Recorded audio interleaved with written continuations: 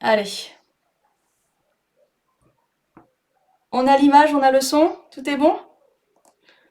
Yes. Alors, troisième prise. Bonsoir pour ce nouveau Toulouse Data Science, euh, pour ce 48e Data Talk, enfin événement. Ce soir, on a le plaisir d'accueillir Jean-Baptiste, qui est data scientist à Caduceo et qui va nous faire un rex de circonstances. C'est comment la data science peut être une aide à la décision dans la gestion de crise des hôpitaux, et en l'occurrence ici la crise du Covid-19. Je vais rapidement faire une petite introduction du Toulouse Data Science pour ceux qui ne connaissent pas. On est une communauté de personnes qui aiment la data, data scientist, mais pas que, data ingénieur, data visualisation, data analyst, data architecte, data X. Et on est basé à Toulouse, mais pas que. Grâce au remote, on commence à avoir des personnes qui viennent de par pas le monde, mais la France déjà. C'est pas mal.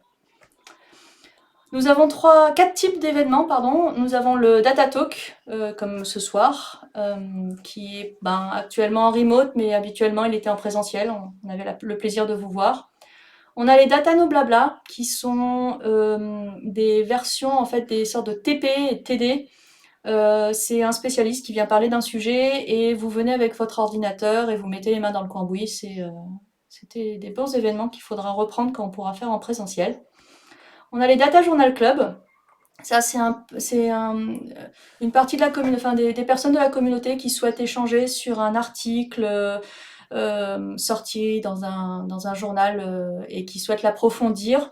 On met à disposition les ressources pour pouvoir se réunir, alors en présentiel quand c'était possible, puis maintenant en remote. Il y en a un qui est bientôt, si je me trompe pas, Florian, qui doit être en fin mars ou début avril. Si je me... Ouais. Si vous êtes intéressé de participer au Journal Club et même à la communauté, vous pouvez vous inscrire, ou vous fortement souhaitez de vous inscrire sur notre Slack. Il y a un channel Journal Club qui permet de proposer des articles à discuter et puis être au courant des prochains événements, même si ceux-là sont aussi sur le Meetup.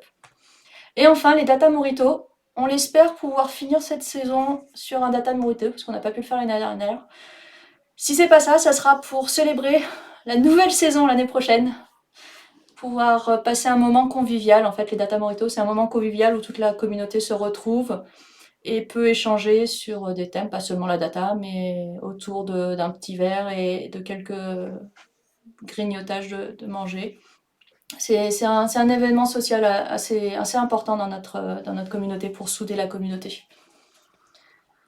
La core team, on est cinq petits loustiques, j'allais dire, cinq personnes qui essayent du mieux qu'elles peuvent d'animer cette communauté. Si vous êtes maintenant sur le Meetup, je crois qu'on a dépassé les 2500 peut-être, quelque chose comme ça, ou on n'en est pas loin. Et sur le Slack, vous êtes 400 et quelques. Donc il y a Florian ce soir, il y a Aurélie, Victor et Thibaut qui sont pas là ce soir pour des raisons... bref, qui sont pas là, c'est un fait. Et il y a moi, et surtout, il y a vous, si vous le souhaitez rejoindre la core team, faut pas hésiter à venir nous parler, soit envoyer un mail, soit tout simplement sur le Slack. C'est facile, vous pouvez nous reconnaître, on a un petit badge, le petit logo TDS à côté de notre nom. Il suffit de venir, de nous parler, et si vous avez des idées d'animation que vous souhaiteriez voir dans la communauté, ou bien si vous êtes juste intéressé de qu'est-ce qu'elle fait la core team, en quoi ça consiste, n'hésitez pas vraiment à venir nous parler. On est gentils. Enfin, notre site web, c'est un peu le portail où vous allez pouvoir retrouver tous les événements précédents et surtout les liens vers les vidéos et les slides. Et pour les data, no blabla, les TP aussi. Très intéressant. Enfin, c'est notre mine, c'est la mine où vous allez pouvoir trouver toutes les informations.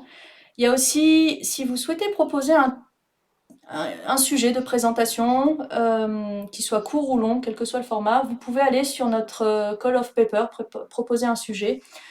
C'est un petit formulaire qu'à remplir et nous après on revient vers vous pour discuter de comment réaliser cette proposition. Si vous n'avez pas accès à GitLab ou GitHub pour quelle que soit la raison, vous pouvez aussi venir nous parler sur le Slack et on s'arrangera pour le mettre dans la backlog. Et enfin, vous avez les contacts pour le meet-up, mais ça vous l'avez déjà si vous êtes là ce soir, le Twitter et puis le Slack.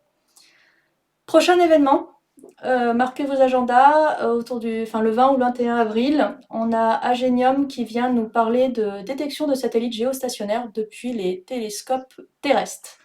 Ça va être super intéressant. Et enfin, donc bon, aujourd'hui je vous joue pas là, hop, lap lap. Je vous laisserai la vidéo, elle est super marrante, mais c'est vrai que aujourd'hui c'est en remote. Résultat, on peut pas vous voir, mais on pense très fort à vous. On espère très vite vous revoir.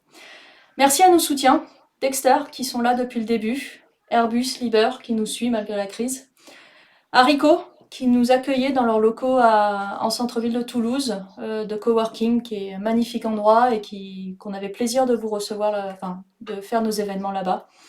Et puis Actua et O'Reilly qui permettaient de vous offrir des petits goodies à la fin des data talks quand on faisait les petits quiz. Voilà, merci à eux pour leur soutien. En parlant de Actua, il y a le 3e numéro qui est sorti il y a un mois, la mi-février si je me trompe pas. Et c'est une super initiative dans le paysage francophone des magazines. C'est sur l'actualité autour de l'IA en général. Et on aime bien, on souhaite les soutenir en leur faisant un peu de pub. N'hésitez pas à aller sur le site ou le trouver j'allais dire en librairie, mais c'est pas les librairies, je ne sais plus comment, en kiosque. Pour les soutenir, pour soutenir cette initiative. Elle est vraiment, vraiment cool, puis c'est des articles très très intéressants, de qualité. Quelques news, je vais passer rapidement parce que vu l'heure qui tourne. Le premier, c'est Facebook et leur Self-Supervised Learning. C'est une technique qui existe déjà en NLP. En fait, c'est permettre aux modèles d'apprendre, d'obtenir un peu de bon sens, en fait, de pouvoir généraliser sur des données qui ne sont pas labellisées et de pouvoir, grâce à du bon sens, on va dire, humain, proche, pouvoir déduire des choses correctes.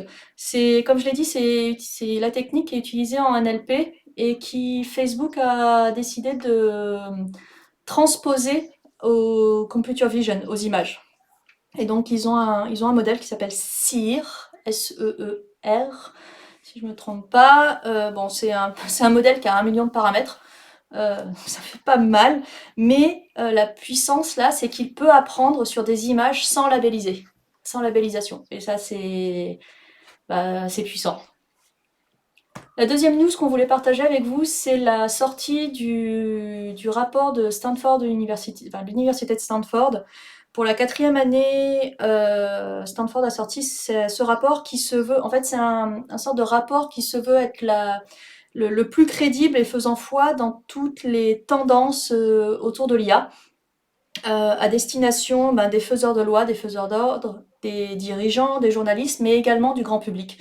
Pour ça qu'on vous partage.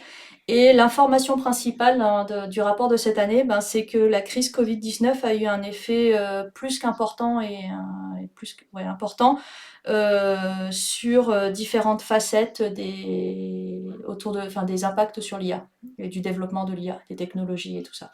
Donc rapport instructif. 4e et avant-dernière news qui a son importance pour ceux de notre communauté qui sont encore en phase d'apprentissage ou qui se questionnent sur quelle formation faire. On a EPITA, l'école d'ingénieurs, qui a sorti une majeure, alors je crois que c'est simple, c'est une spécialité, oui, une spécialité dans le domaine de la donnée de la santé. En fait, leur but, et donc c'est en partenariat avec les hôpitaux de Paris, et le but de cette spécialité, c'est de former des ingénieurs du numérique à travailler avec et pour les professionnels de la santé. Et en l'occurrence, dans notre cas, ça ouvre 2 postes, ou 2 rôles, le dev IA médical et l'expert de traitement de données de santé. Donc je trouvais que ça parlait bien, ça s'est sorti il n'y a pas longtemps et ça parlait bien avec le sujet de ce soir. Et enfin, le mois de mars, le 8 mars étant pas loin, on voulait mettre en avant une initiative, une ONG qui s'appelle Women in IA, qui a été créée en 2017, si je ne me trompe pas, par 3 femmes à Paris, et qui souhaite promouvoir la diversité et la diversité dans l'IA, dans les sujets de l'IA. Ils ont énormément d'événements pour promouvoir cette vision. Et donc, je vous invite à aller directement sur leur site le voir. Et voilà. Le speaker de ce soir, Jean-Baptiste, je te donne la main pour nous parler du sujet de ton travail. Je vais arrêter le partage et je...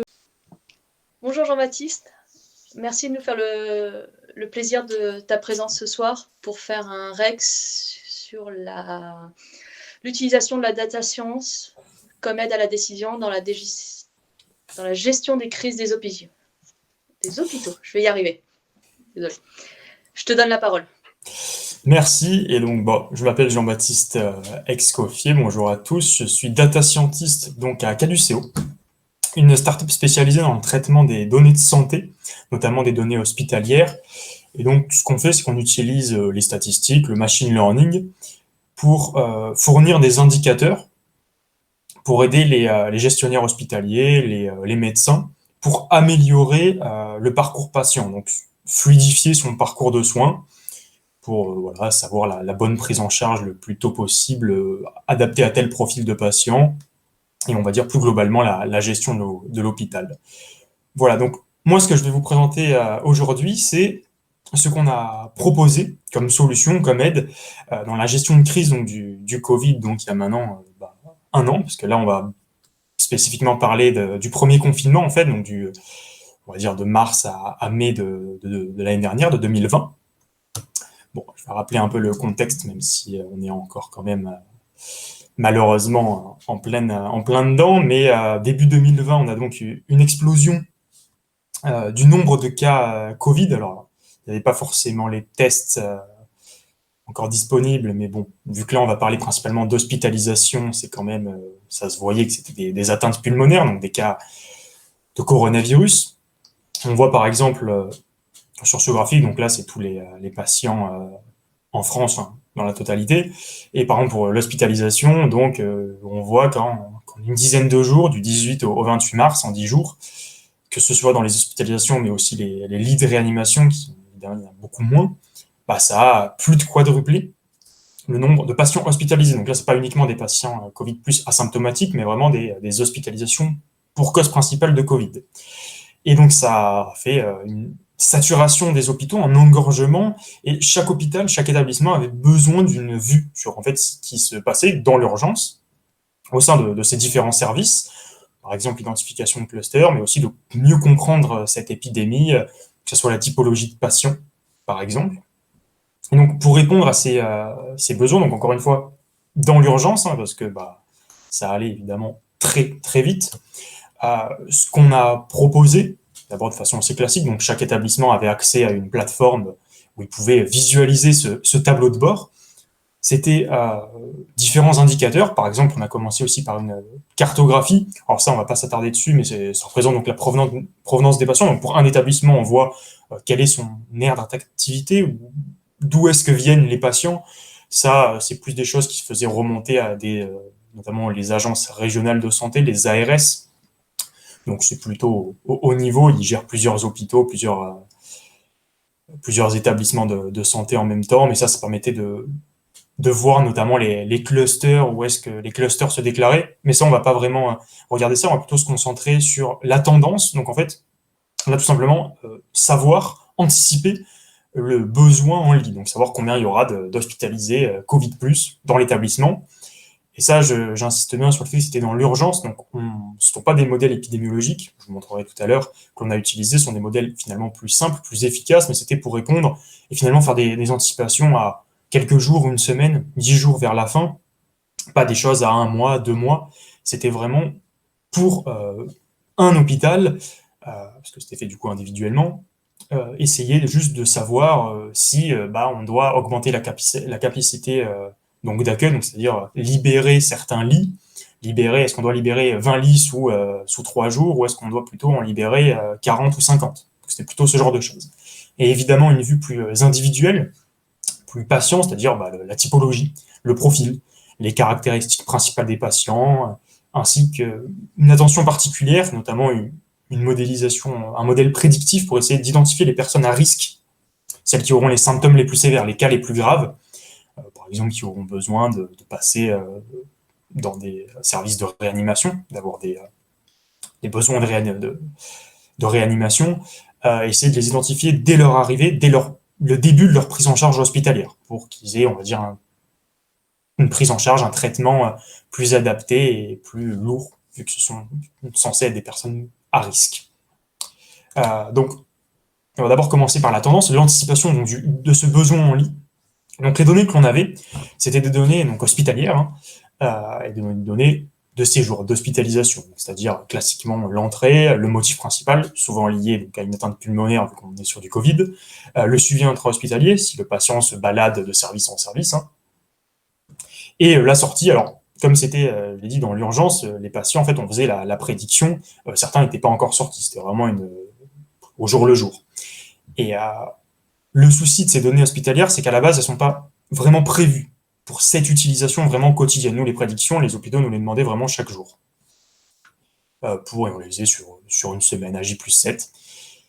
Et comme ce sont en fait des données, ce qu'on dit de facturation, ça veut dire qu'un patient, il aura tel acte thérapeutique, ou pourquoi pas tel acte chirurgical, et on va le répertorier, puis potentiellement, normalement, à sa sortie, mais même encore après, l'hôpital veut être payé, donc soit il va demander au patient, et plus souvent à la mutuelle, voire à la Sécu. Et ça, c'est pas quelque chose qui se fait une fois l'acte terminé, c'est quelque chose d'un peu plus long. Mais sauf que nous, ces données, on en avait besoin pour créer une volumétrie au jour le jour du nombre de patients hospitalisés. Et comme c'est pas vraiment prévu, le souci, c'est que ça a aussi une nécessité de la part des staffs hospitaliers de mettre à jour quotidiennement, en tout cas à chaque fois qu'ils avaient besoin des prédictions, donc souvent chaque jour, mettre à jour, par exemple, via un fichier Excel tout bête, savoir quels sont à ce jour les patients Covid+, où est-ce qu'ils sont, pour essayer ensuite, nous, on va construire la volumétrie avec les données hospitalières qui, elles, maintenant, sont propres, sont nettoyées, mais ça, pour avoir vraiment au jour le jour la volumétrie, c'était quelque chose d'assez lourd pour le staff hospitalier, même si nous, on essayait d'éviter au maximum les incohérences, on leur faisait remonter d'éventuels problèmes, mais bon, c'est quelque chose qu'il faut savoir, les données hospitalières ne sont pas forcément prévues, pas bien adaptées pour ce problème. Maintenant, si on veut rentrer plus dans les modèles, donc nous, ce qu'on faisait, c'était une anticipation à J+7 ou à J+10 vers la fin, je vous montrerai les graphiques ensuite, quelques prédictions. Et donc le gros souci, c'est peu de données au début de la crise. Ici, voilà, mi-mars, quand on a commencé, c'est-à-dire à peu près juste au début du confinement, il y avait des hôpitaux qui nous envoyaient avec une semaine de volumétrie, donc c'est pas grand-chose. Donc au début, ça sert à rien de faire des modèles très complexes. Donc ce qu'on a fait au début, c'est une utilisation de fonctions de régression, donc toute bête, vu que de toute façon c'était ce que disaient les épidémiologistes, et en général, de toute façon, on le voyait quand même, c'est une augmentation exponentielle. On a utilisé typiquement une régression exponentielle avec préestimation de la tendance, donc d'un certain coefficient, sur les données, sur d'autres données, notamment d'un autre hôpital qui était situé dans la région Grand Est. Cette région, elle a été touchée un peu en avance. Il y a eu des gros clusters finalement dès le début de l'année 2020, ce qui fait que cet hôpital, malheureusement pour lui, il était un peu en avance dans l'épidémie. Ça veut dire qu'il avait déjà peut-être pas un mois, mais peut-être 3 semaines de volumétrie. Et ça nous a permis d'estimer la tendance. Typiquement, si on prend une régression linéaire, X plus B, on va estimer le coefficient A qui représente la tendance sur cet hôpital et les coefficients restants, donc ici juste le B par exemple, sur l'hôpital sur lequel on va faire la prédiction, sur l'établissement vraiment pour lequel on va faire la prédiction. Juste on va estimer ce B, ce deuxième coefficient, pour bien coller à sa volumétrie. Alors, nous on ne faisait pas une régression linéaire, mais avec une régression exponentielle, mais le principe est le même. Et ça nous a quand même permis de bien capter la tendance, alors qu'au début, avec quasiment aucune donnée, c'était assez compliqué. Donc, comme j'ai dit, c'était vraiment dans l'urgence. Donc, les gestionnaires hospitaliers, les médecins, c'était pas la peine de faire des prédictions à un mois. C'était, on veut savoir si dans quelques jours, plus ou moins combien, même presque à la dizaine près pour certains hôpitaux, pas au lit près, combien on va devoir libérer de la place, parce que c'est quand même pas quelque chose de facile de libérer des lits. Il y a des patients, s'ils sont hospitalisés et qu'ils n'ont pas forcément le Covid, hein, on doit quand même, pour éviter de regrouper des patients Covid et non Covid, pour éviter la propagation, on doit libérer des services entiers où il y a déjà des patients hospitalisés. Et si on doit le faire dans l'urgence, on le fera, mais le mieux, ce sont des patients souvent qui ont des gros problèmes. Bon, on peut pas les mettre dans un brancard et en 1 heure, c'est plié, c'est difficile, quoi. Faut essayer d'éviter ça. Donc même à 2-3 jours près, avoir une meilleure vue, hein. C'est pas magique, mais avoir quand même une meilleure vue, ça les a très bien aidés dans l'urgence. Ensuite, quand on avait un peu plus de données, on est passé à un modèle, pareil, relativement simple, efficace, pour les séries temporelles, donc de lissage exponentiel double. Alors, on a eu des petits problèmes, vous verrez sur les graphiques, d'intervalles de prédiction assez larges, vu qu'on a assez peu de données et qu'il y avait quand même une assez grande variabilité. Typiquement, si on fait un intervalle de confiance à 95%, souvent ce qu'on fait pour faire ça, c'est qu'on regarde les résidus, s'ils semblent être gaussiens, on prend une loi gaussienne, on distribue un intervalle de confiance gaussien, mais si on fait un intervalle à 95%, des fois c'était assez grand. Donc, au début de la crise, même si on disait surtout aux personnes à qui on transmettait les prédictions, de surtout regarder la prédiction et pas tellement les intervalles de confiance, c'était assez large. Bon, c'était une problématique. Mais de toute façon, ce qui intéresse le plus les médecins, c'est, comme je l'ai dit, le besoin, vraiment, la saturation. Donc là, c'est 2 prédictions. Donc une au début de l'épidémie, au début du confinement, et une plutôt vers milieu, vers la fin. Ça a été fait avec un hôpital situé en région parisienne, à Créteil, le centre de Créteil. Et par exemple, sur la prédiction de gauche, on voit qu'on a, donc on fait la prédiction au 20 mars, donc on a une prédiction sur 10 jours, et on a, pareil, 10 jours de volumétrie. Donc, en 20 mars, ce 20 mars, donc la volumétrie, c'est la vraie volumétrie, celle qu'on avait pour faire la prédiction, c'était en ligne bleue entière. La ligne bleue en pointillé, c'est ce qui s'avéra être la réalité, et la prédiction, donc c'est notre ligne en pointillé orange. On voit plutôt que ça colle bien, d'ailleurs. Comme je vous l'ai dit, on a fait 2 modèles. Au début, on avait fait un modèle de régression avec exponentielle, avec préestimation de la tendance sur les données d'un autre hôpital. Et on voit d'ailleurs ça parce qu'il y a un petit décrochage, c'est un peu bizarre, comme si ça ne suivait pas vraiment la volumétrie. Mais sinon, dans tous les cas, la tendance est plutôt bien bonne parce qu'en fait, elle suit bien ensuite ce qui s'avérera être la réalité. Donc, c'est plutôt bien. Et donc, surtout, ce qui intéressait les médecins et les gestionnaires, c'était donc cette ligne rouge en pointillé qui indique, donc là voilà, c'est le nombre de cas Covid, le nombre d'hospitalisés Covid, et là il y avait environ 65 lits, 65 qui étaient réservés pour des patients Covid. Donc l'hôpital en tout, on avait un peu plus de 200, si je me souviens bien, celui-là. Et on voit pour autant que le 20 mars, ils en sont même pas à 40. Donc on peut se dire, il y a quand même une bonne petite marge. Sauf que finalement, nos prédictions, parce qu'on aurait pu s'imaginer que ça aille quand même plus doucement et qu'on mette 1 semaine avant d'atteindre ce seuil, non, vraiment dans 2 jours, ça s'avère être la réalité dans 3 jours, pas un gros décalage, ce seuil, il suffit plus, quoi. Et même le seuil de 80, il va être très vite atteint en 4 jours. 5 peut-être, non, 4 jours.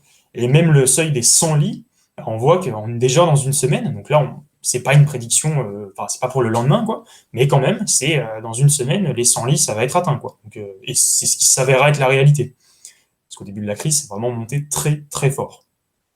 Donc, finalement, même si c'est pas quelque chose qui est un modèle très complexe, mais qui est finalement, nous, notre force, en fait, c'était de nous baser sur des volumétries vraiment de l'établissement. Donc, vraiment, c'était vraiment spécifique. Et ça permettait de quand même mieux capter son évolution, à court terme, certes, mais dans une situation d'urgence, ça permet quand même de mieux gérer, de prévoir qu'il faut... il va pas falloir juste ajouter 10 ou 15 lits sous les 2-3 jours, mais quasiment en 4 ou 5 jours, pas doubler, mais augmenter de 30-40 lits, ce qui est quand même pas mal, hein. Même s'il y a souvent des lits vides quand même dans les hôpitaux, il y a pas mal de patients à déplacer, à regrouper pour éviter une propagation. Et voilà, ça permettait de bien gérer cette évolution, et donc dans ce cas-là, cette augmentation, mais on a aussi l'effet inverse, c'est-à-dire là, c'est une prédiction donc, sur le graphique de droite, elle a été faite le 8 avril au soir, donc on voit déjà que, de toute façon, oui, c'est ça, le fin mars, surtout début avril, pour la plupart des établissements, le pic était passé, ou en tout cas venait d'être atteint. Ensuite, ça a commencé tout doucement à descendre, mais déjà, on voit que la montée a été vraiment très, très forte, alors que la descente, la décroissance a été beaucoup plus douce, elle a été beaucoup plus longue. Et alors que pourtant, on était confinés. Hein. Et donc, au maximum, ils avaient mis, je crois, 100, 150, 160 lits, je crois, pour les patients Covid. Et là, on voit qu'ils avaient déjà pas mal baissé. Et nos prédictions, finalement, donc c'est pareil sur 10 jours. Donc, on a aussi quand même un gros intervalle de confiance, puisqu'en plus, là, on était passé, je pense, sur le modèle de lissage exponentiel double. Donc, on ne se basait plus sur une préestimation de certains coefficients sur l'hôpital du Grand Est, mais c'était quand même, on voit que c'est plutôt bien. Il surestime un peu, mais sinon, ça reste correct. Hein. À court terme, à une semaine, 10 jours, ça reste plutôt correct. Et on voit on va tout doucement pouvoir baisser quand même ce nombre de lits. À une semaine, même pas, 5-6 jours, on peut déjà atteindre les 100 lits. Donc, c'est-à-dire libérer 25 places. Sachant que pendant le confinement, pendant la crise, il y a beaucoup de chirurgies qui ont été reportées. Ça, c'est pas anodin, de chirurgie, de chimiothérapie. Et les patients, ils en ont besoin, très besoin. Donc, pouvoir libérer des lits, c'est pas les rendre vides. C'est pouvoir amener d'autres patients, pouvoir hospitaliser d'autres patients qui en ont besoin, qui ne sont pas des cas Covid, mais qui en ont vraiment besoin. Donc, il y a tout autant besoin que la montée. La descente était quand même aussi très importante. Et là, voilà. On voit que dans les deux cas, ça a plutôt bien marché. Donc, encore une fois, c'était dans l'urgence. Donc, le but, c'était pas de faire des modèles complexes, très complexes, ça sert à rien, parce qu'on n'avait pas beaucoup de données, on ne s'est pas pris pour des épidémiologistes, c'était pas le but, c'était vraiment notre avantage, c'est de se baser sur la volumétrie de chaque établissement, donc de coller, on va dire, à ses spécificités, et de faire finalement des petites prédictions à court terme, mais chaque jour de les mettre à jour quotidiennement pour que les gestionnaires hospitaliers, les médecins soient moins dans une réaction immédiate. On ne va pas gérer au jour le jour le nombre de lits. Si on peut avoir quelques jours, voire une semaine d'avance, c'est bien, ça permet d'être moins dans le stress, de mieux gérer aussi les plannings du staff hospitalier, qui ont été très, très surmenés pendant la crise. Voilà. Maintenant, donc on va passer à un cas plutôt, enfin, à une vision plus individuelle, parce que c'est l'identification des cas graves, c'est déjà l'établissement de façon d'un profil hein, des patients. Donc pour ça, on a les données, donc pareil, données hospitalières, assez classiques déjà sur certaines informations, âge, sexe, comorbidité, et des données, ce qu'on appelle plutôt cliniques, biologiques, on peut appeler ça aussi, donc c'est-à-dire des résultats d'examen. Notamment, les patients faisaient des examens, un examen qui était un scanner thoracique, donc ça permet de voir sur les poumons, voir l'atteinte, la sévérité des poumons. Alors comme nous, le but c'était de faire quand même un profil assez rapidement. C'est pas de l'imagerie qu'on a fait, en tout cas pas sur ce projet-là, mais c'était déjà le radiologue qui notait la sévérité. Donc je crois qu'il y avait 5 niveaux. Ça allait de minime, modéré, je sais plus, il y en a un au milieu, puis sévère et critique. Là, c'est peu de critique, mais beaucoup de sévère aussi quand même. Donc, ça permet juste de noter le niveau d'atteinte pulmonaire. Et ensuite, il y a aussi la précision des symptômes, parce qu'en fait, les comorbidités, donc c'est pareil, ce sont des données hospitalières, des données de facturation, et c'est très codifié. On peut pas rentrer, c'est pas du texte libre, on peut pas rentrer n'importe quoi. Et comme certains symptômes, et notamment l'évaluation précise de certains symptômes vraiment liés au Covid, n'était pas forcément très bien, on ne pouvait pas très bien le mettre, très bien l'indiquer via la codification existante, même si ça marchait, la majorité des cas ça marchait très bien, on a quand même fait une certaine précision des symptômes construits avec les médecins pour affiner, on va dire, les analyses, et aussi des résultats de prise de sang. Donc ça, c'est le résultat de prise de sang classique, effectué toujours au début du séjour, hein, tout comme le scanner thoracique. C'était tout ce qu'il peut avoir classiquement dans une prise de sang, c'est-à-dire taux de glucose, par exemple, de globules blancs, voilà, chose classique. Voilà, c'est juste assez rapidement pour le profil général. On voit qu'en général, les patients âgés étaient évidemment plus à risque, plus hospitalisés que les autres. Les hommes aussi ont un peu plus de chances d'avoir le Covid et d'être des cas graves, pas de beaucoup, mais un petit peu. Et parmi les comorbidités, donc il y avait pas mal de problèmes cardiovasculaires, mais ça peut venir du fait qu'il y a un peu plus de patients âgés. Et aussi, comme facteur de risque, le surpoids ou bien le diabète. Donc, C'est un peu la même histoire que pour la volumétrie finalement, qu'avant, pour le premier modèle, c'est qu'en fait, les données de facturation ne sont pas vraiment faites pour une utilisation quotidienne. Parce que nous, en fait, quand certains patients étaient encore hospitalisés, étaient en cours de séjour, c'est pareil, on essayait d'avoir ces informations pour créer la typologie générale des patients, et notamment des cas graves, comme on verra tout à l'heure. Mais en fait, souvent, ce qu'on fait dans les études cliniques, médicales, on fait souvent une étude rétrospective, c'est-à-dire on va collecter des données pendant, ou même des données on va utiliser ces données de facturation qui ont été, je sais pas, un suivi de personnes atteintes de cancer entre 2012 et 2018.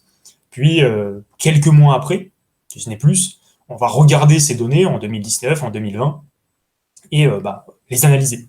Mais là, finalement, c'est une étude rétrospective, mais immédiate. Vraiment, on essaie le plus rapidement possible de fournir des résultats. Donc, encore une fois, pour certains cas, donc autant pour ce genre de profil, ça allait, mais par exemple, pour le résultat du scanner thoracique, dans la facturation, on voit que les patients, on fait ou non le scanner, mais par contre, on ne sait pas le résultat. Ça, c'est pas indiqué, puisque comme c'est de la facturation, le résultat, on s'en fiche. Donc, ça a demandé, pareil, surtout pour les informations cliniques, de la part des staffs hospitaliers, des médecins, quand même une mise à jour conséquente et régulière des informations pour qu'ils aient une analyse rapidement, le plus rapidement possible. Il y avait quelques petits soucis aussi sur certaines informations biologiques, notamment la prise de sang, qui a des variables assez fluctuantes, notamment parce que c'est pas forcément toujours réalisé au même moment. Alors, ça veut pas dire si on le fait à une heure d'écart, ça va complètement changer, mais le faire le matin ou le faire le soir après la facile de la journée, ça va pas donner exactement les mêmes choses. En plus, si on le fait après une crise ou avant une crise, on ne sait pas, ça peut quand même assez varier fortement. Donc, ce qu'on a fait, c'est qu'on a fait 2 modélisations, parce que nous, on va s'intéresser aussi au modèle prédictif. Une modélisation basée sur âge, sexe, comorbidité, résultat du scanner thoracique, précision des symptômes, et c'est tout, pas la prise de sang. Et une autre modélisation prenant en compte la prise de sang. Pour essayer de toute façon, les résultats étaient plus ou moins les mêmes. Prise de sang améliorée un petit peu, mais c'est vrai que c'était assez fluctuant, donc on a bien fait de faire de modélisation. Après, en termes de gestion de valeurs manquantes, il n'y en a pas tant que ça, parce que de toute façon, les informations, souvent, elles y sont à un âge, tout le monde en a un. Certaines comorbidités.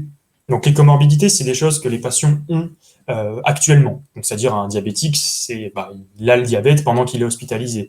Quelqu'un qui a, qui est en surpoids, il est en surpoids. C'est pas quelqu'un qui a été à un moment en surpoids ou qui a eu tel acte chirurgical il y a longtemps et c'est considéré comme une comorbidité. Une comorbidité, c'est quelque chose qui est actuellement, qu'a actuellement le patient. Donc en fait, ça, on peut facilement les détecter parce elles sont renseignées. Donc ça, c'est plutôt bien. Par contre, il y avait le scanner thoracique qui souvent, c'était une trentaine de pourcents des patients qui ne l'avaient pas fait. Et ça, on ne sait pas si c'était une information vraiment utile ou c'était tout simplement non renseigné. Alors évidemment, on demande aux médecins déjà dans un premier temps, et ils nous disent qu'évidemment, ces patients-là, si on ne leur a pas fait faire le scanner thoracique, c'est principalement parce qu'on pensait qu'ils avaient peu d'atteintes et que ça ne servait à rien de le faire, tout simplement. Et ça, c'était confirmé, c'était cohérent avec le fait que quand on comparait tout simplement la typologie des patients qui n'avaient pas fait ce scanner à la typologie des patients qui avaient fait scanner mais qui avaient eu comme, on va dire, note, comme annotation par le radiologue, on va dire une atteinte notée comme évaluée comme minime ou modérée, il ressemblait plutôt à ce type de patients plutôt qu'à des patients qui avaient eu une évaluation comme sévère ou critique. Donc c'était plutôt cohérent avec le fait qu'il n'en avait pas vraiment eu besoin. Et c'était le seul petit problème finalement de valeur manquante. Par contre, un petit problème, en tout cas qui peut se critiquer, même si c'est souvent fait dans le médical, c'est que nous, ce qu'on a fait, c'est donc en fait une classification binaire, c'est-à-dire avoir donc juste est-ce que le patient s'est aggravé ou non. Mais dans cette aggravation, dans cette définition de l'aggravation, en fait, il y a plusieurs définitions, plusieurs sous-définitions. Il y a le besoin d'avoir une assistance respiratoire, donc une ventilation mécanique, un masque respiratoire, ou bien le passage en réanimation, avec des manœuvres de réanimation du coup, ou malheureusement, parce que c'est quand même pas pas une proportion négligeable, le décès, évidemment. Mais du coup, ça peut être quand même critiqué, c'est souvent fait encore une fois dans les études cliniques, le fait qu'il y ait plusieurs définitions pour une même chose, l'aggravation. Le modèle donc là que je vais vous décrire, il y en a principalement un qui a été fait, puisque c'est l'hôpital avec lequel on travaillait le plus, et on avait plus facilement accès aux données, notamment de typologie de patients. C'était le même que l'hôpital auquel je vous ai montré les prédictions. C'était l'hôpital donc, de Créteil, en région parisienne. Et donc ça, cette modélisation, elle a été faite sur une population de 400 patients, donc tous les patients hospitalisés pour Covid à Créteil pendant le confinement, donc c'était de mi-mars à mi-mai, fin mai. Et donc après, c'était assez classique, puisque ça reste finalement une classification binaire relativement classique, validation croisée interne pour le choix des hyperparamètres et des modèles. Il y avait une bonne efficacité des modèles basés sur les arbres de décision, donc forêt aléatoire, modèle de boosting, typiquement la bonne implémentation XGBoost, qui est un bon package, bien utile et bien pratique. Et cette validation donc, est toujours en cours en prenant en compte les vagues suivantes, c'est-à-dire celle qu'il y a eu donc à la fin de l'été, pendant le deuxième confinement et l'actuelle. Et les médecins, en fait, ils pouvaient, et ce, dès la fin du premier confinement, dès qu'on avait déjà un peu eu pas mal de patients, mais c'était déjà, les premiers confinements, ils pouvaient l'utiliser, c'était une application. Donc on va pas y aller, parce que c'est vraiment réservé pour le personnel hospitalier.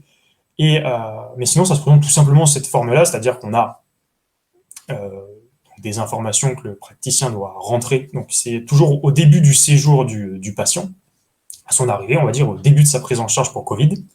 Et il va renseigner typiquement son âge, son sexe, certaines comorbidités et précisions de symptômes. Les données radiologiques, donc c'est le scanner thoracique. Alors, il est appelé sévérité TDM, donc la sévérité c'est le degré, le niveau d'atteinte. Donc il y avait donc 5 niveaux. Et là, comme je vous disais tout à l'heure, on avait fait une modélisation sans les données biologiques, donc c'est la prise de sang, c'est le même terme. Donc là, pour pas trop mettre de données, on les a enlevées, mais sinon on pouvait les mettre ou non, selon d'ailleurs qu'il avait fait ou non la prise de sang. Et donc ce qu'on a indiqué, c'était un niveau de risque et les facteurs associés, donc les facteurs individuels, savoir si pour un patient qui a eu, je sais pas, une 90% d'aggravation de risque, parce que de risque et d'aggravation, parce qu'on donnait toujours en termes de probabilité, une probabilité d'aggravation au début du séjour du patient pour du coup son hospitalisation en entier. Savoir si c'est plutôt son âge, je sais pas, est-ce qu'il a un âge élevé, est-ce que c'est ça qui a joué, ça a augmenté, donné une probabilité forte de 90% de risque, ou une combinaison, je sais pas, de ses comorbidités ou les résultats de son scanner. Savoir ça. Donc ça, c'est ce qu'on appelle de l'interprétabilité, XAI souvent, c'est abrégé comme ça pour Explainable Artificial Intelligence, interprétabilité, explicabilité, c'est un peu les mêmes termes. En général, quand on essaie de les distinguer, on vient à la conclusion que c'est les mêmes. Et pour ça, on a utilisé l'implémentation SHAP, donc une bonne implémentation et une bonne méthode surtout. Donc SHAP, ça veut dire Shapley Additive Explanation. Donc Shapley, c'est les valeurs de Shapley. Shapley, c'était un chercheur donc il y a quand même assez longtemps. C'était en théorie des jeux. Donc je vais passer assez rapidement dessus, mais pour expliquer un peu l'histoire, c'est que les valeurs de Shapley, à la base, c'est quelque chose. Donc en théorie des jeux, c'est-à-dire qu'en fait, on a un jeu, on a le gain d'un jeu, le résultat d'un jeu. Dans notre cas, ça va être la prédiction. Par exemple, 90% de risque d'aggravation. Et on a plusieurs joueurs. Dans notre cas, les joueurs, ce sont les variables explicatives. Âge, sexe, sévérité, TDM. Nous, on en a 1, 2, 3, 4, 5, 6, 7, 10 joueurs, si on ne prend pas en compte les prises de sang, enfin les variables de la prise de sang. Et ce qu'on va essayer de savoir, c'est quel est l'impact de chaque joueur, de chaque variable, du coup, sur ce score, sur le résultat final. Et on va même essayer de faire des coalitions. Par exemple, de savoir, typiquement, on pourrait faire, si on enlève l'âge, qu'est-ce que ça fait? Mais qu'est-ce que ça fait aussi si on enlève l'âge et le fait que le patient ait ou non un cancer, etc. Et en fait, la valeur de Shapley, c'est juste une pénalisation de ces différentes coalitions pour, à la fin, avoir pour chaque variable, donc là on en a 10, donc on aura 10 valeurs SHAP individuellement, c'est à chaque fois pour un patient en particulier. Après on peut regarder globalement ce que ça fait, mais à la base c'est vraiment individuel. on en a 10, et donc il y a la notion aussi d'additivité, parce que tout simplement, quand on fait la somme de chaque variable, qui peut être positive ou négative, parce que typiquement on peut, je sais pas, avoir un âge élevé, ce qui va augmenter la prédiction, euh, contribuer à augmenter la probabilité d'aggravation, et je sais pas, on a finalement un faible taux enfin, un faible niveau de sévérité du scanner thoracique, bah ça va plutôt être négatif, ça va diminuer, par exemple, mettre moins 10% pour l'aggravation. Donc ça peut être positif ou négatif. Et la somme de ces impacts CHAP, la somme de ces 10 impacts CHAP, puisqu'on a 10 variables, ça va être égal à la différence entre la prédiction de l'observation, du patient, c'est-à-dire, dans ce cas-là, 90% par exemple, moins la prédiction moyenne. Ça va en fait expliquer un peu l'écart par rapport à la moyenne, entre guillemets. Par exemple, nous, la prédiction moyenne, on le verra tout à l'heure, je crois qu'elle était de 50%, donc il y avait à peu près 50% de patients qui étaient aggravés, et enfin, le reste n'était pas aggravé. Bon, alors je vais pareil, pas rentrer dans les détails pour vraiment la méthode CHAP, parce que ça pourrait, c'est même intéressant une fois de regarder pas mal de méthodes d'interprétabilité, donc là on va quand même passer assez rapidement, mais comme je vous l'ai dit, c'est ce qu'on essaie, c'est de simuler l'absence de certaines variables et voir celles qui sont les plus importantes. Et dans quel sens? Est-ce qu'elles augmentent pour cette observation la probabilité, ou au contraire, est-ce qu'elle la diminue? Et en fait, ce qu'ils font, c'est beaucoup de perturbations de l'observation. On va perturber certaines variables pour simuler leur absence. Et à la fin, on fait tout simplement une régression linéaire, donc on s'entraîner sur ces perturbations. La régression linéaire, donc elle a autant de coefficients que de variables, et à la fin, chaque coefficient de cette régression linéaire sont les valeurs CHAP finales. Par contre, l'estimation CHAP, elle reste assez longue en pratique, parce qu'il y a beaucoup de perturbations. Du coup, c'est pour ça qu'on avait voulu aussi pas mal se baser sur les modèles comportant des arbres de décision, parce que les chercheurs qui ont donc construit, qui ont inventé CHAP, ils ont aussi on va dire, fait un cadre plus spécifique qui s'appelle TriChap. Comme son nom l'indique, c'est spécialement fait pour les modèles basés sur les arbres de décision, Random Forest, XGBoost aussi. Finalement, XGBoost, c'est le modèle qu'on a retenu au final. Parce que c'est une approximation rapide des valeurs CHAP, mais finalement une approximation qui non seulement est très rapide, beaucoup plus rapide que CHAP, mais en plus qui est finalement on perd quasiment rien en précision. Donc ça reste très très intéressant. Mais c'est uniquement pour les modèles basés sur les arbres de décision. Et comme souvent pour la classification binaire avec des données on appelle tabulées, donc c'est simple, une liste d'informations, ça marche très bien. Donc c'est ce qu'on a utilisé. Et là, voilà ce que. Donc imaginons qu'on a un médecin vient de voir un patient arriver, et au vu de son dossier médical, il va renseigner certaines informations, et il va avoir, donc là, pour ces deux patients par exemple, ce résultat-là. C'est comme ça qu'on a présenté les choses. Donc le risque moyen, ce que je disais, donc il est 49%, donc presque 50%. Et donc imaginons, on va regarder la personne, le patient à gauche. Donc là, il y a c'est plutôt patient, c'est le risque moyen, 49%. Et comme je l'ai dit, la somme de chaque valeur, la somme de toutes les valeurs CHAP, ça fait la prédiction de l'observation moins la prédiction moyenne. Donc là, en fait, ce qu'on va expliquer, c'est 9%, parce que là, c'est ce patient, cette patiente même, elle a eu un faible risque, prédit par le modèle, donc elle est visiblement identifiée comme étant une personne à faible risque d'aggravation. Et ce qu'on va expliquer, c'est 9% moins 49%. On veut que finalement la somme de ces impacts CHAP fasse moins 40%. Par exemple, là, ce qu'on fait pour représenter, c'est la valeur basale, moyenne, c'est 49, et la valeur pour la patiente en particulier, 9%. Et on a mis, en partant de cette valeur basale, parce que, comme je l'ai dit, c'est essayer d'expliquer, on va dire, en quelque sorte, cet écart entre la valeur moyenne de prédiction et la valeur individuelle pour la patiente en particulier. Et ben là, on voit par exemple que c'est l'âge qui a le plus d'importance dans cette décision, puisqu'elle est finalement une patiente relativement jeune, 34 ans, hein, donc pas trop de risques pour les jeunes, en tout cas, surtout pour les patients hospitalisés, ça devrait aller. Les cas graves, ça reste quand même de la réanimation, voire des décès, donc c'est vraiment de l'aggravation, même si être aggravé pour le Covid-19, c'est pas anodin, mais quand même, là, visiblement, il y a peu de risques qu'elle voit son état nettement s'aggraver. Et alors, juste pour les couleurs, évidemment, attention, hein, on a mis en vert parce que ça va, on va dire, contre l'aggravation, mais sinon, l'impact pour l'âge pour cette patiente, il est du coup d'à peu près de moins, parce que c'est négatif, parce qu'on va vers le bas, de moins 25% environ. On l'a mis en vert et en rouge, ce qui était plutôt en vert contre l'aggravation, et en rouge, ce qui augmentait l'aggravation, mais ça, c'était plus pour le contexte médical. Sinon, ça, en rouge, c'est positif. sont des impacts positifs, entre guillemets, et négatifs pour les verts. Sinon, bah voilà, pareil, on voit aussi que son sévérité, son scanner, le résultat de son scanner, il a été estimé évalué comme modéré par le radiologue, donc c'est pareil, hein, un peu de risque d'aggravation. Le fait que ça soit aussi une femme, il y a un peu moins de chances que les hommes d'être des cas graves, ça joue pas beaucoup. Le fait qu'elle soit pas en surpoids, bon, sinon elle a pas grand chose dans le rouge. C'est voilà, grosso modo, elle a peu de risques. Par contre, pour le patient, oui, à droite, bah lui, par contre, il a beaucoup de risques. Il y a un gros risque d'aggravation, 86%. Donc, on va expliquer. Pareil, là, il y a la valeur basale, 49, et là, il y a son risque. Et on va expliquer, c'est 86 moins 49, c'est 37%. C'est plus 37%. Pourquoi ce patient, comparé à la moyenne de 49%, bah, il a eu plus 37% d'aggravation? Bah, on voit que finalement, le résultat de son scanner thoracique a été estimé comme sévère, et c'est vraiment ce qui joue le plus, il y a quasiment plus de 30%.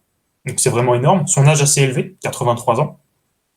Après le reste, ça joue finalement pas tant que ça, donc le fait que ce soit un peu un homme, le fait qu'il soit diabétique et qu'il prenne de l'insuline aussi, parce que prendre l'insuline pour son diabète, je pense, mais du coup, bon, ça joue un petit peu. Le fait aussi, alors par contre, l'une des choses, alors le fait qu'il soit pas en surpoids, ça baisse un petit peu l'aggravation, mais pas beaucoup. Par contre, il n'a pas d'anosmie agueusie. Donc l'anosmie agueusie, c'est la perte de goût et d'odorat.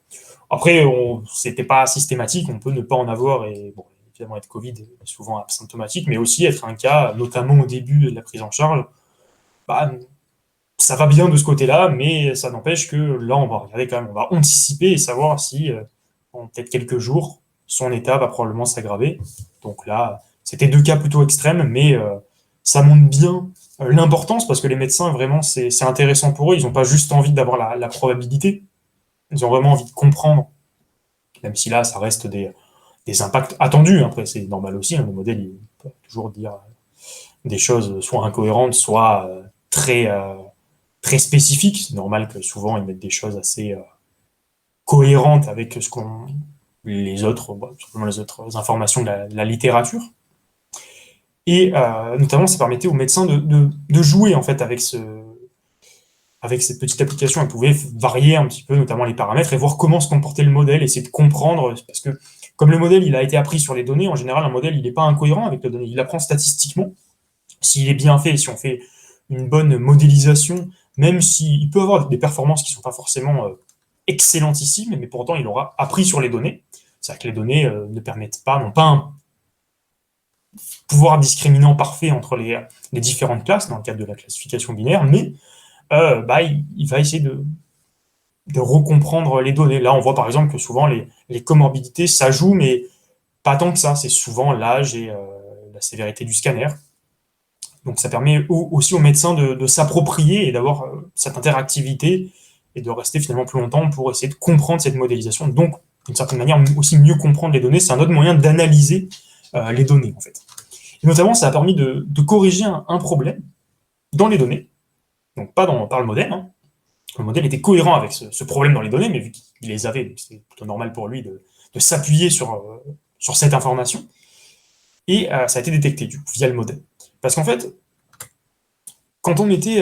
donc au début, on avait fait une première modélisation, et quand on passait, on va dire, donc c'était plutôt sur les âges, sur les patients âgés, mais quand on passait de 75, on va dire, à 85 ans, bah, on avait une probabilité. Donc, si on ne touchait pas du tout les autres informations, donc imaginons on a ce patient, donc là, il a 83 ans, il a 86% de risque. Mais imaginons qu'on le baisse à 75 ans, on a envie de se dire bah, que son risque il va un peu baisser. C'est plutôt ce qui est attendu dans la littérature du Covid. Si on bouge que ça devrait baisser. Et bien en fait, nous, c'était l'inverse. C'est-à-dire que le modèle, il augmentait un petit peu la probabilité. Pas de beaucoup, hein. Pas de 10 ou 15%, mais on va dire là, il serait monté à 90%. C'est pas grand-chose, mais bon, c'est assez quand même intéressant. On se dit, est-ce que c'est un peu bizarre, plutôt contre-intuitif. Et alors là, on pourrait se dire à quoi sert l'interprétabilité, parce que bon, on voit déjà le problème, certes, mais il y a quelque chose qui est bien avec la méthode CHAP et l'interprétabilité, c'est que ça prend quand même en compte l'interaction. C'est pas parce qu'on a juste une valeur par variable que ça prend pas en compte l'interaction. Typiquement, on peut se dire que Imaginons un patient donc jeune qui a des comorbidités. Bon, on peut se dire que c'est pas parce qu'il a des comorbidités que ça va forcément augmenter son risque. Ces comorbidités auront finalement qu'un faible impact. Par contre, imaginons un patient âgé qui a les mêmes comorbidités, donc on a juste changé l'âge en fait, bah là on va peut-être se dire que non seulement le fait qu'il soit âgé, ça augmente la probabilité d'aggravation, mais en plus, cette fois, le fait d'avoir des comorbidités, ça va d'autant plus augmenter la probabilité. C'est pas linéaire en fait.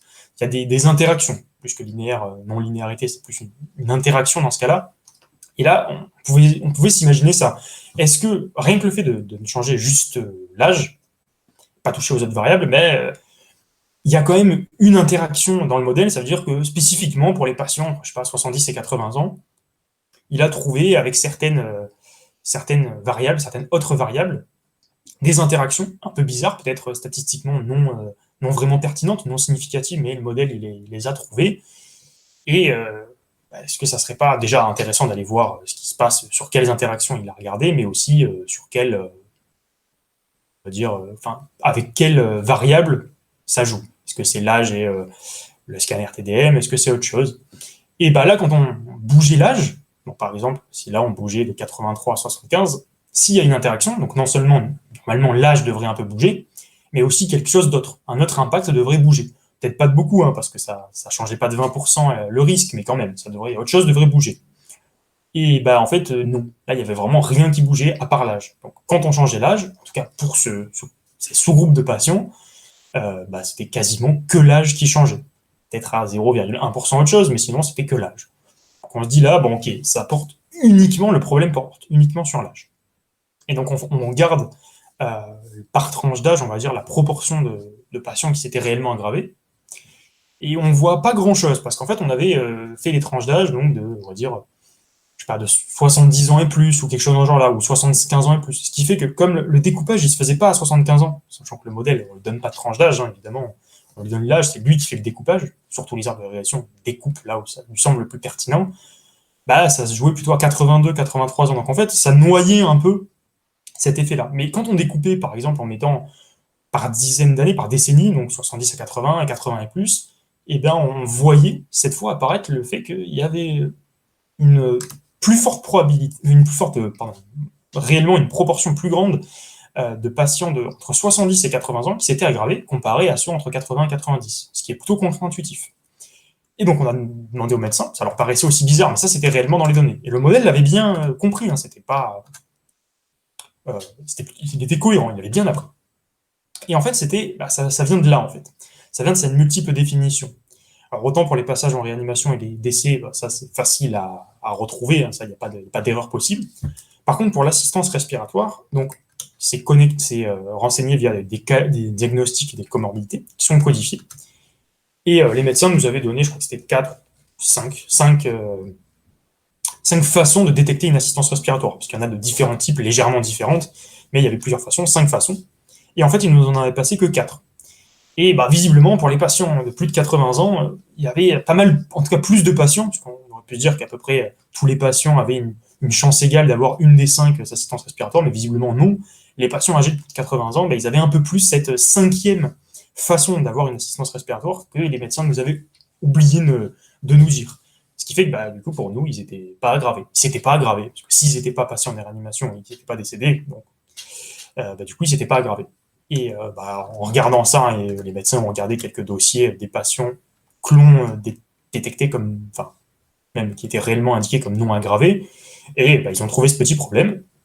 Et ça a permis quand même cette façon qu'ils jouent, puisqu'en fait, c'est même les personnes qui nous ont, ils ont dit ce problème de quand on augmente un peu l'âge, enfin, dans un certain cadre, quand on augmente un peu l'âge, ça diminue la probabilité de s'aggraver. C'était un peu bizarre. C'était les médecins. C'est les médecins qui ont joué en fait avec cette interactivité et le fait d'avoir vraiment les impacts, ça leur permettait de mieux comprendre. D'ailleurs, ils nous ont quasiment tout de suite dit oh, c'est bizarre, quand on augmente l'âge, ça baisse un peu, il n'y a que l'âge qui semble impacter. Est-ce que votre modèle il prend en compte les interactions? On leur disait oui.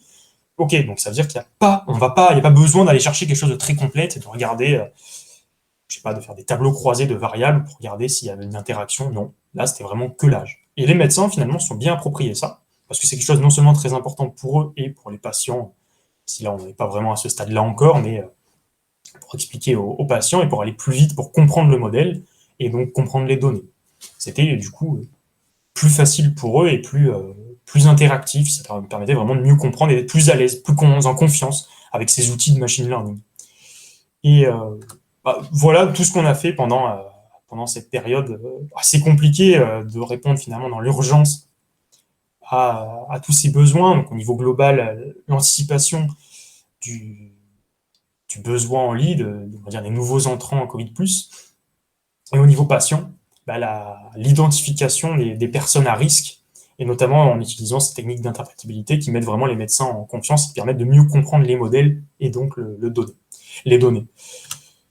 Voilà, bah nous, écoutez, on a été très contents de vous montrer tout ce qu'on avait fait, parce qu'on est quand même très fiers. Ça a bien servi, les médecins les gestionnaires hospitaliers étaient très contents et que c'était quelque chose qui les a bien aidés. Donc nous, on est très fiers de ce qu'on a fait pendant ce confinement.